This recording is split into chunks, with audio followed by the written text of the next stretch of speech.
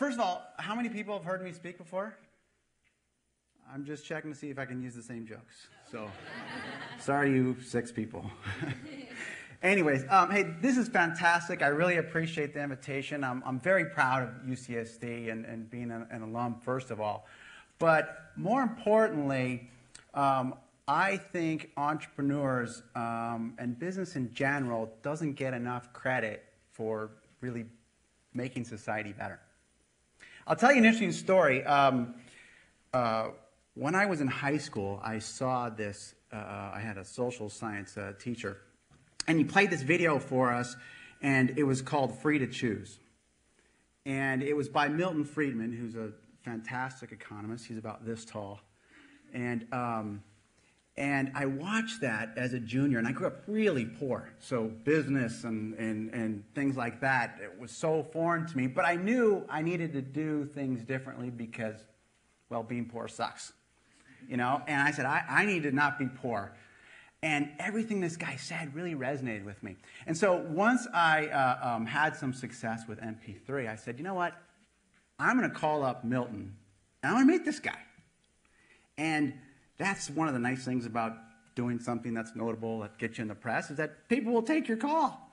And he did, and he invited me up to the Bay Area and to his old apartment up in this tower. And he has a wife who's like an inch shorter than he is. They're both about this tall, no joke. And he invites me in and says, hey, can I get you a drink of water? And, and I'm like, this is fantastic. I'm sitting there. And I had thought about what should I talk to Milton about? This guy's a Nobel laureate and written books and giving advice to presidents. And here's some, punk kid. I was like 30 at the time. Well, he didn't know anything about the internet. He was like, that's just crazy land, which it kind of is sometimes. And I said, here's the question I have for you, Milton. How do you make the world a better place? And his answer was, well, a lot of people would say, donate money, create a nonprofit. But if you truly want to make the world a better place in a sustainable manner, it's all about putting capital into the market. And really what he means is creating businesses and enabling things that create more businesses. And that's why I think it's fantastic to see an organization like this at UCSD, because this is helping create businesses. Might it succeed? Maybe you'll create the next school, well, maybe not, but that's the kind of stuff that we need more of in our society. So, what I would like to talk about is entrepreneurship, and what I would like to make you think about is the different kinds of entrepreneurs. And, I'm 39, going to be 40 soon, boo-hoo, going to get old. I'm like, oh boy, I read a marathon quick, because I'm sure it gets harder as you get older, and I got to cross that off the list, But I said, you know what, as you get older, you start listening more, and I started to appreciate, like, what makes me a little bit different than other people.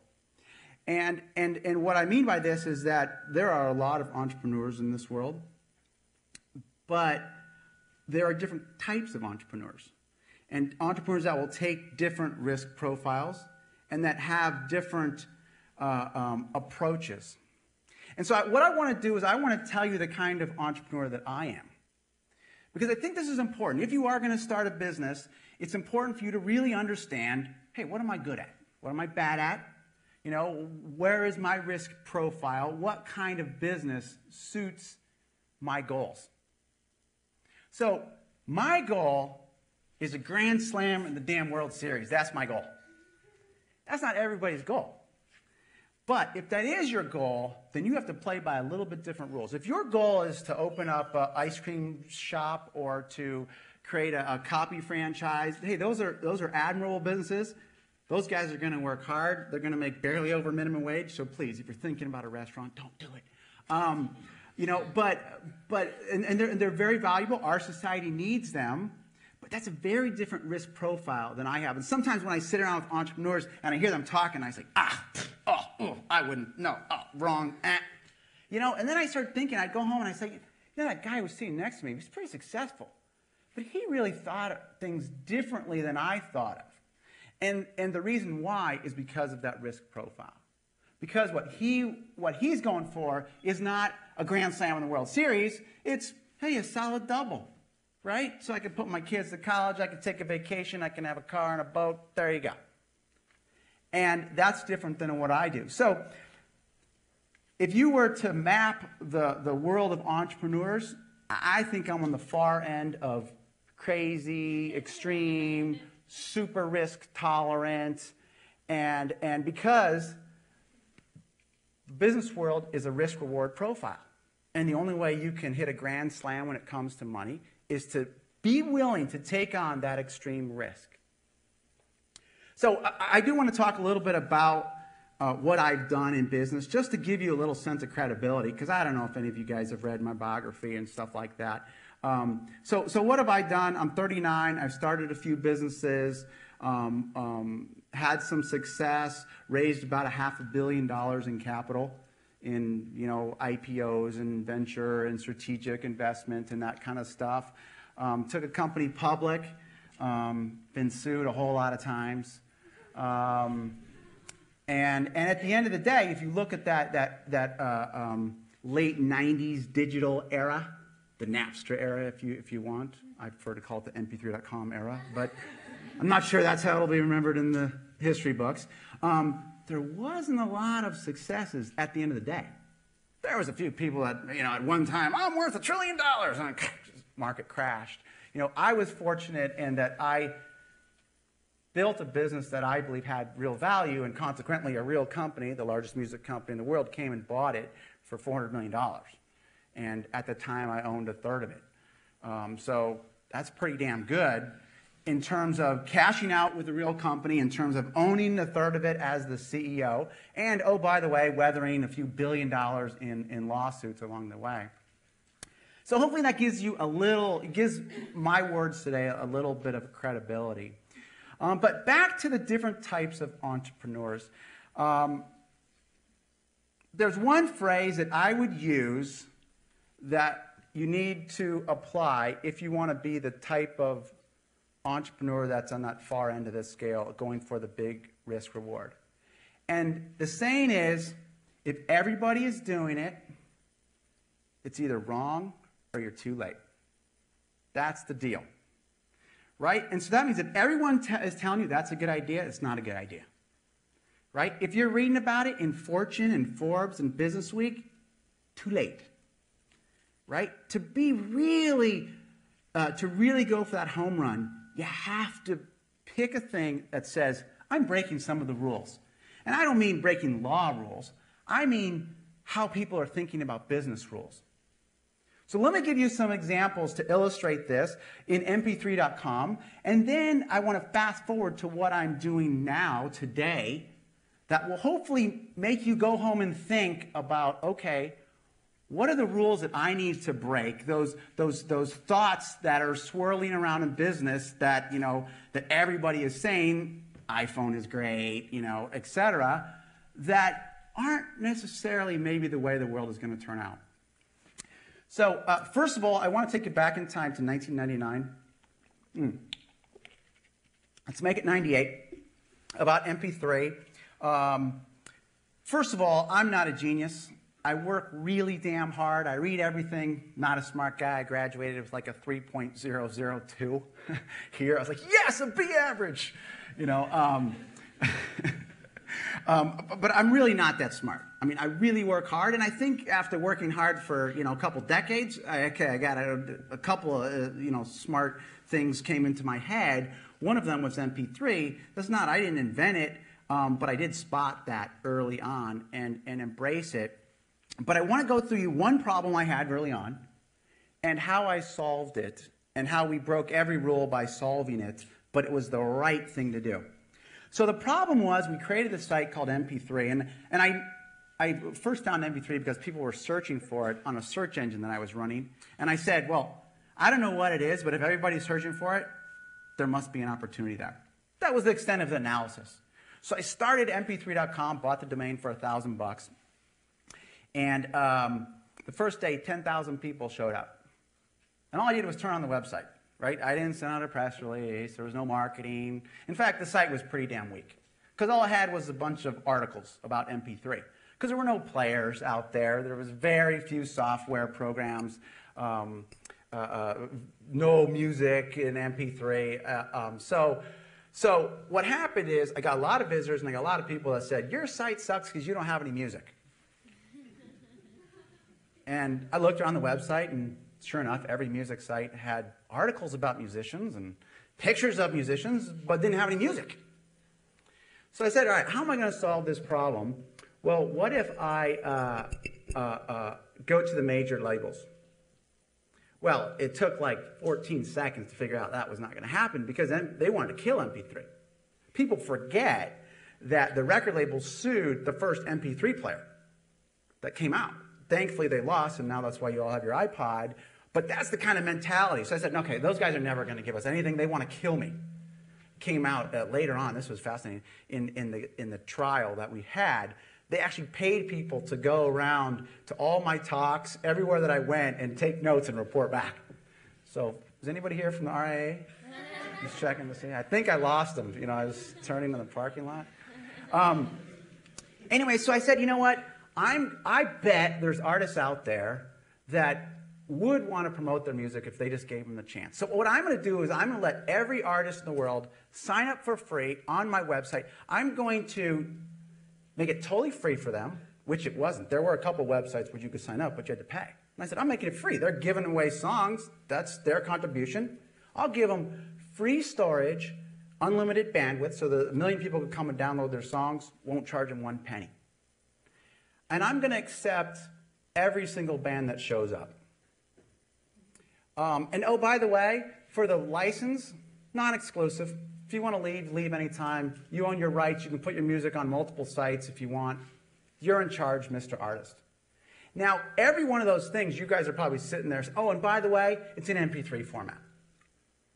Now, every one of those things, you guys are probably sitting there and saying, yeah, what's the big deal? Well, every single one of those decisions, the industry consensus was I was wrong. So let's go through that. First of all, name of the company, mp3.com. That's ridiculous. That's like naming your company Betamax.com. You're going to be bye-bye the first time new technology comes along. Right? That was the sentiment. Well, I knew that MP3 was not about technology. It was about what consumers could do. So I said, you don't know what you're talking about. MP3 is a great name. Look at these people that are going there. Next thing, accepting every artist. They said, man, you're going to get a bunch of guys playing the arm fart. It's going to be a pile of crap. You know, you need to be a label that says, this guy's good, this guy sucks, good, sucks. You know, and I said, but the problem with music is that what I like, this guy thinks is terrible. So I'm just going to accept everything. This is not a record store. I don't have like 4 shelves. I got 1 million shelves. And what I'll do is I'll just list everything by charts. The person who gets the most clicks goes to the top, the end. The next thing was, oh, well, if you're letting them just sign up with you and then go wherever they want, they're going to get famous and then bail on you. And I said, no, because I'm going to have all the users. You know, and if I can't earn their business, I'm fine if they walk away. Then I'm doing a crappy job. So this is what I think people have forgotten today about how every decision that we made. And oh, by the way, the free storage and free bandwidth, they said, you're crazy. You're going to go bankrupt. Because at the time, back in 1998, 99, storage was expensive. But I could literally pick up the paper every week and see the prices going down. So I was like, okay, it's expensive today, but it's going down every single day practically. And the same with bandwidth. So as I get bigger, by the time I get bigger, the price will go down and it won't be much of an issue. Now, fast forward to today. Every community site out there, there's 1 million artist sites, all do free artist sign up, you know, unlimited storage, unlimited bandwidth, MP3 format, stream full-length songs, even streaming 128K, which is what we did at the time. People said, man, people can't do 128. They got modems and stuff. And so that was a, uh-oh, what am I doing? Getting feedback? There you go. Thank you. Tell the guy to hook that up with a video camera. You'll be all right. So my point in all of this was it was those collection of things that we did that everybody said was wrong. That's what made mp3.com the #1 digital music company in the world with no support from the major record labels, all in fact the opposite of support. So what I want to do now is I want to fast forward to today. And I want to show you what I'm doing and give you that same analysis of what I'm doing if people say, you're crazy, that's not going to work, or that's, whoa, you're out of your mind, it's the crazy internet, you think the laws of physics and economics don't apply to you. But in fact, I don't. What I think is, okay, I'm building a business not for where the world is today. I'm building a business for where the world's going to be in 3 to 5 years. So I don't mind people saying, you're crazy. In fact, I talked to my wife and I said, Leslie, what do you think makes me like unique? Because, sometimes, when you're yourself, you can't tell, right? And she says, I think the thing that works for you is that you really don't care what other people believe. You have made your mind up, makes sense to you, and you don't care if everyone in the world says you're wrong. So what am I doing now? Well, I'm doing a couple things. Take a drink of water here.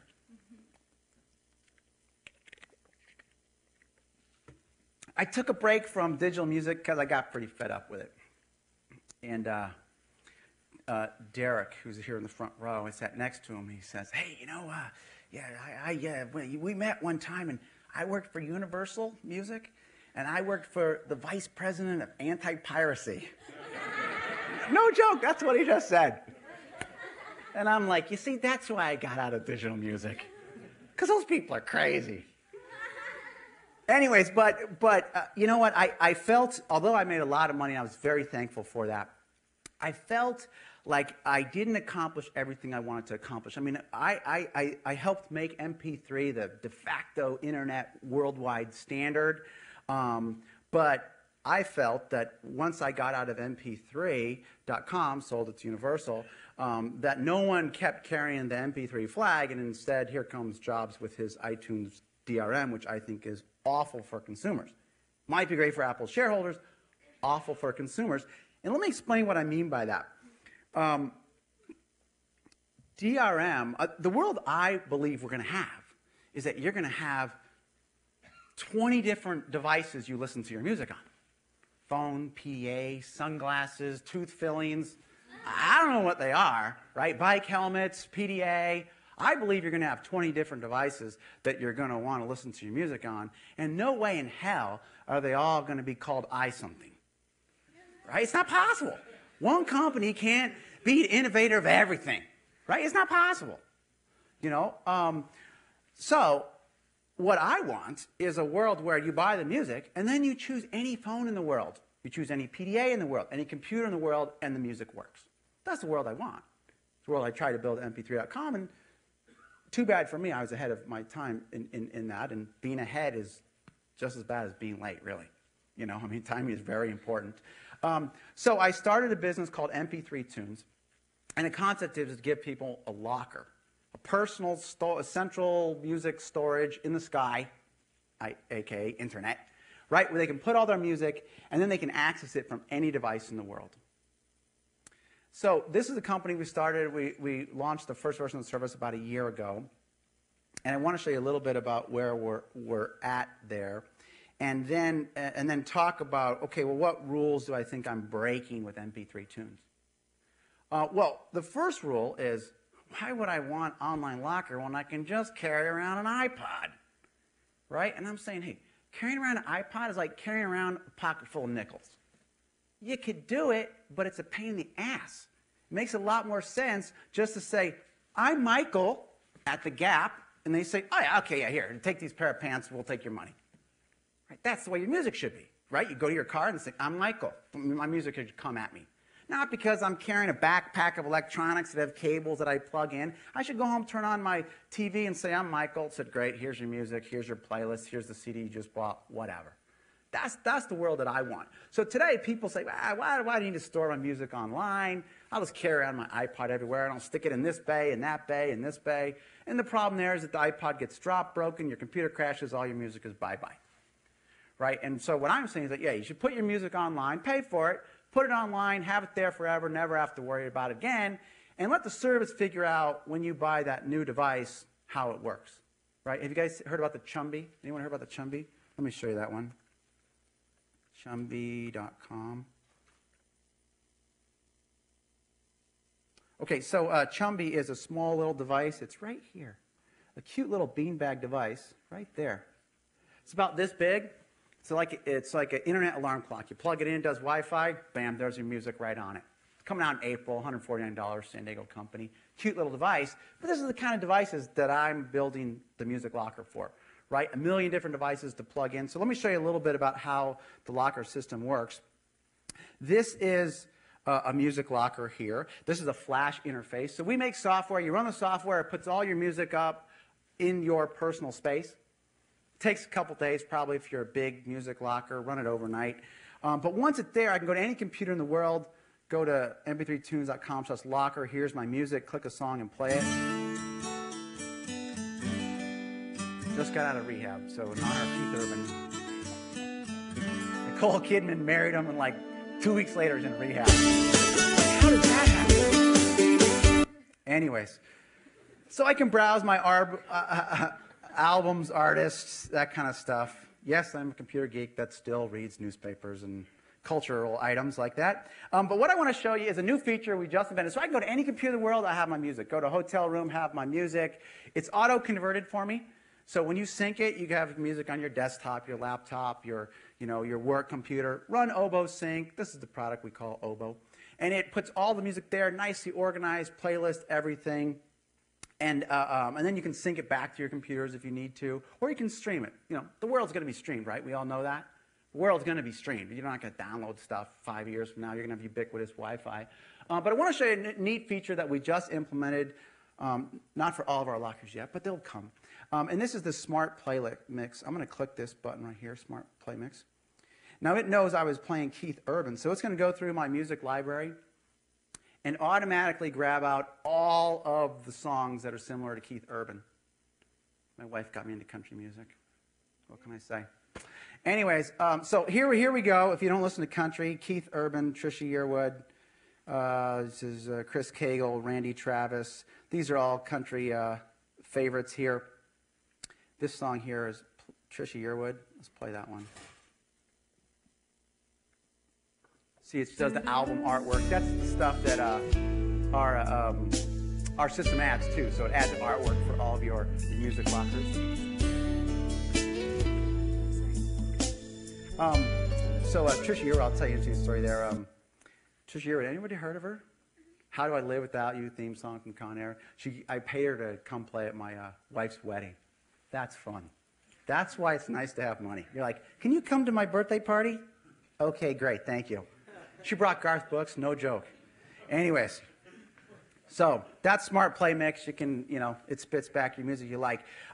So number one, what rules are we breaking here is that we're saying the world's going to be streamed, put it in a central locker, and we're going to move away from the iPod world.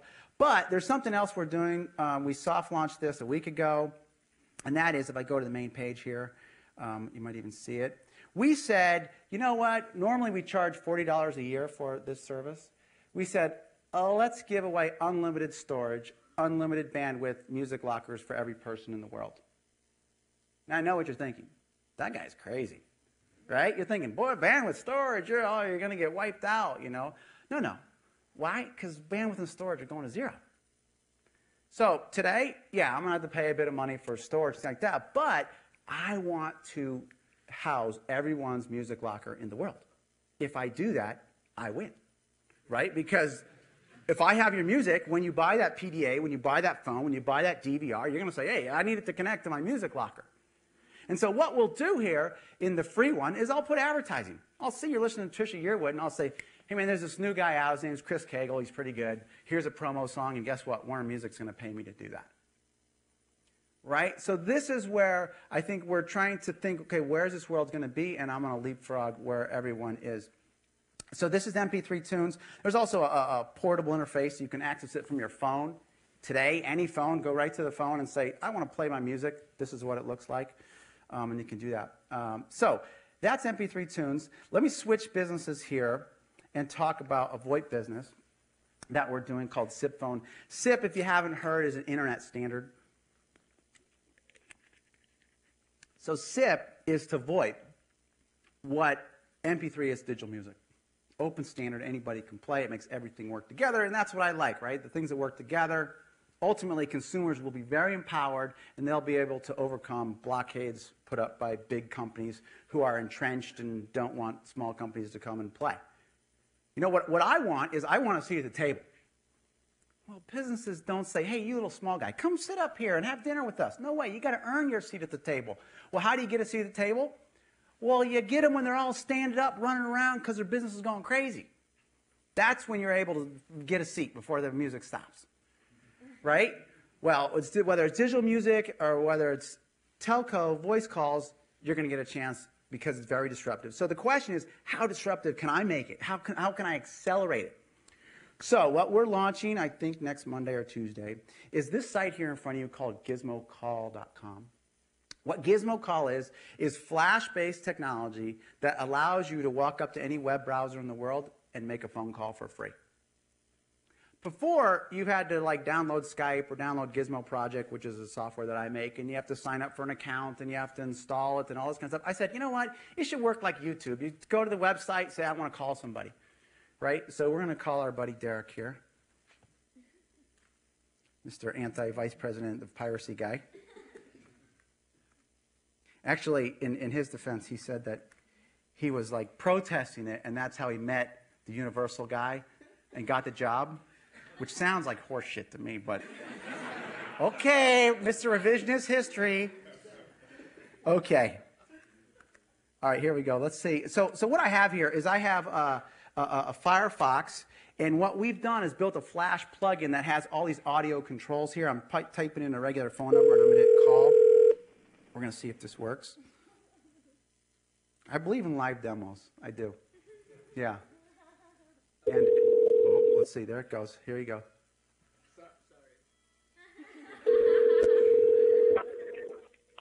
Hello? There we go. Bravo, Mr. Derek. So what we're doing here is giving away free phone calls, 5 minutes if you're unregistered, 10 minutes per day if you're registered. Now you might go, wow, free phone calls. What the hell are you thinking? I'm thinking advertising is going to pay for this. So you don't see advertising here today. But imagine when I hit that number and say, I want to call Derek, right? I can go to call history. Oh, I'm not signed in. Okay, I won't show you that part. I can hit, I want to talk to Derek, and it says, okay, watch this video. That new Ford Explorer, bigger than ever, you know, more hydrocarbons per gallon, blah, blah, blah, right? Or maybe after the call is answered, it plays an audio ad for both parties. You know, maybe I see that I called a florist, and before I put you through to, you know, the Floratel, I'm going to pop up an offer that says 1-800-FLOWERS. How much do you think 1-800-FLOWERS would pay for that? $5, $10, you know? So this is the kind of thing I've said, you know what? Where is calling going to? It's going to free. Now, by free, I mean it's not really free. It's advertising paid for, right? It's just not per minute as we know today. So this is something that we're going to launch in a week or so that I think will have an impact on the calling world. The final thing I want to show you is, let's see, what do I want to show you? Okay, I want to show you some Ajax technology. Ajax presents, and the president of this company is here, so if it doesn't work, he's getting his ass whooped. So Ajax is technology that allows you to have a rich application experience inside of a browser. And I want to show you what we're doing here. What we've done is built Ajax Presents. It's a presentation program. I'm going to launch it right now by clicking this button. And what you'll notice is I have a full-featured presentation program here in front of me that's actually a browser window but doesn't look like a browser window. It looks like a desktop application. Right? So here's my thumbnails. I can click between here. There's my thumbnails. I can move my slides around. I can click on an object and resize it, move it, change the text. This will read and write PowerPoint files. And you should notice, look up here in the title, Mozilla Firefox. This is just a browser window. You see the file, edit. It looks like it has its own menus because it does. File, edit, view, format, slideshow, right? These are all, you know, presentation type application menus. But this is just a browser. So I can go to any computer in the world, type Ajax Presents, I got a presentation program for free. And so the world of desktop software is dead. Dead. Don't take a job with a desktop software company, right? Everything's going to the web. Everything's going to the cloud. And this is us pushing the envelope on applications. So what I hope I've done here is given you some illustrations about where you have to go beyond where people are at today. You have to break some of the rules of what people are saying is the keys to success. You know, if you're in digital music today, everybody says the key to success is iPod and iTunes support. I say nonsense. I say that's where the world's at today. It's not going to be where the world's at in 5 years because that model breaks down as people start getting really accustomed to, I want my music on my phone. Not on my $800 iPhone, but the free one I get from Verizon. And so I encourage you, if you're going for these big ideas, you must be counter thinking and not shy away from that. Because if you don't have some of that in your business, if everyone is saying it's a good idea, it's probably not a good idea. So with that, I'll sit down and thank you very much again for the invitation. Oh, do we have some questions? Okay, a couple minutes of questions. Okay, questions, anyone? Yeah, right here.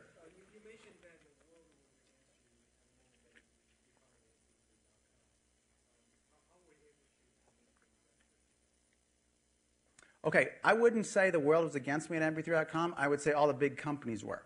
Consumers were for me, right? And that was why, hey, man, I got the users.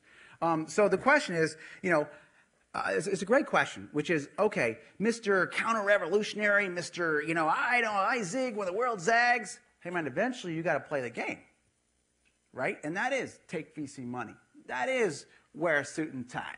Right? Eventually, you have to play along with the rules. And the question is, when do you jump over? I think ultimately, if your business is growing, then they will gladly embrace you in the traditional world, even if you have a non-traditional business approach. So it's very interesting how I got the first VC money for mp3.com. I'll tell you this. We never took money early on. We ate macaroni and cheese. We built our own servers. We used Linux, which people thought was crazy at the time. They thought we were crazy, right? They were just getting to accept Apache, right? But we said, we're doing Linux. What? And then we said, we're using MySQL. They're like, oh, my God, this guy's crazy. Well, today, how many businesses are run by MySQL? Lots of them. But at the time, that was very controversial. But what attracted the VCs was I had the users. I had the artists, I had the users. I got a call from Sequoia Capital, which is a firm up in Sand Hill Road, you know, where all the VCs are up in the Bay Area. 1 week later, I had a term sheet for $10 million at a $40 million valuation, and we hadn't taken any money. And well, I'm shortening the story a little bit because the first offer was $10 million at $12 million valuation, right? So 10 out of 12 means that there's pre-money, that's the 12, and then they put in 10, so they get 10 divided by 22, right? And I said, you guys are crazy. And my attorney said, no, man, this is Sequoia Capital. This is the firm. These guys have backed Oracle and Apple and Cisco. This is the creme de la creme, you know? And I said, tell them 40 million. And the guy says, you're crazy. And I said, you're fired. I want an attorney who understands the way that I think, and if they say no, they say no. I was confident. All my numbers were going like this. I'm like, okay, you don't give me money now, you'll give me money there at more. Fine. Right? So I went back to them and I said, 10 out of 40, I keep board control. And they said, okay, done. Didn't even counter. Why'd they do that? Right? Well, I did that because I had the users, I had the traffic, I had the name, I had the metrics. I mean, I went up there with, you know, I was getting walked in here, and I heard that the third step of this business plan is a 60-page, of this business competition, a 60-page business plan. And I went, terrible, 60 pages? Shit, I could build a business by the time you build the 60-page business plan.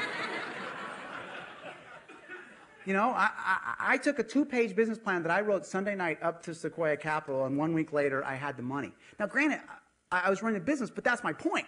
Right? I could have gone up there with a 60-page business plan. They would have said, get the hell out of our office, man. What are you talking about? You know? But I went up there and I said, hey, You want to fund my business? Here's why you should fund my business. And I put up stats, and they were all actuals. No projections. I said, you know what? Projections are nonsense. They're crap, right? I can create an exponential formula too in Excel, right? I said, this is actual data here. This is why you should invest. So moral of the story is, if you build fundamental value in your company, then you will attract venture funds and investment banks and capital because they want good investments. So put up the numbers. Then you can get the participation from the funding sources. So any more questions? Yeah, right back here.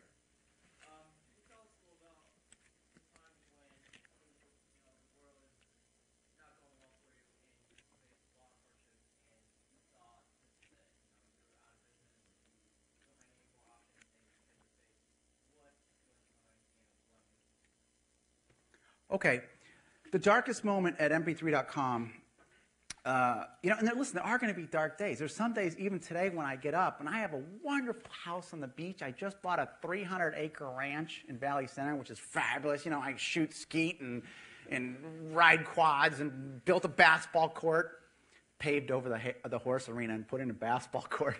All the horse people are like, we're going to kill that guy. You know, I'm like, I don't like horses. I like basketball. Sorry. You know. Anyways, but, you know, everybody has dark days, you know, and some days you're just feeling like crap because you do. But there was one dark day I will tell you about mp3.com, and this was we were sued unmercifully by the guys in the front row that he worked for, Universal Music. And at one point we had the court had ruled against us. We had some big judgments coming down that hadn't been passed yet, but it was clear it was going to be a big number. And I brought together a bunch of advisors, and I said, all right, let me hear. What should we do? What should we do? What should we do? What should we do? And I had attorneys in there. I had accountants in there. And all the experts said, declare bankruptcy. Fold up, declare bankruptcy. Right? And it was only my president who said, what are they talking about, you know? Declare bankruptcy, you know? And I was like, okay, we're not declaring bankruptcy. And they're like, no, we can declare bankruptcy. And I'm like, give me a list of all the successful companies that have declared bankruptcy. Thank you. Hello. You know, if the company's going to blow up, I ain't going to voluntarily blow it up. You know, and so that was a very dark day. You know, the stock, which, you know, at time went out the first day, it was like 100, was at like $3 and stuff like that. I didn't really follow the stock. Like, you know, like, I don't think that's a real metric of how good your business is, but your employees do. You know, and so all of them, their stock options were underwater. They were very down and stuff like that. So that was a very sad day. But you know what? You have to follow your heart. That's what got me to where I was. And ultimately, I was the CEO and had control of the company and was able to say, we're not declaring bankruptcy. We'll weather this storm. Let's go try to settle with the labels, even if it means paying out hundreds of millions of dollars, which we did.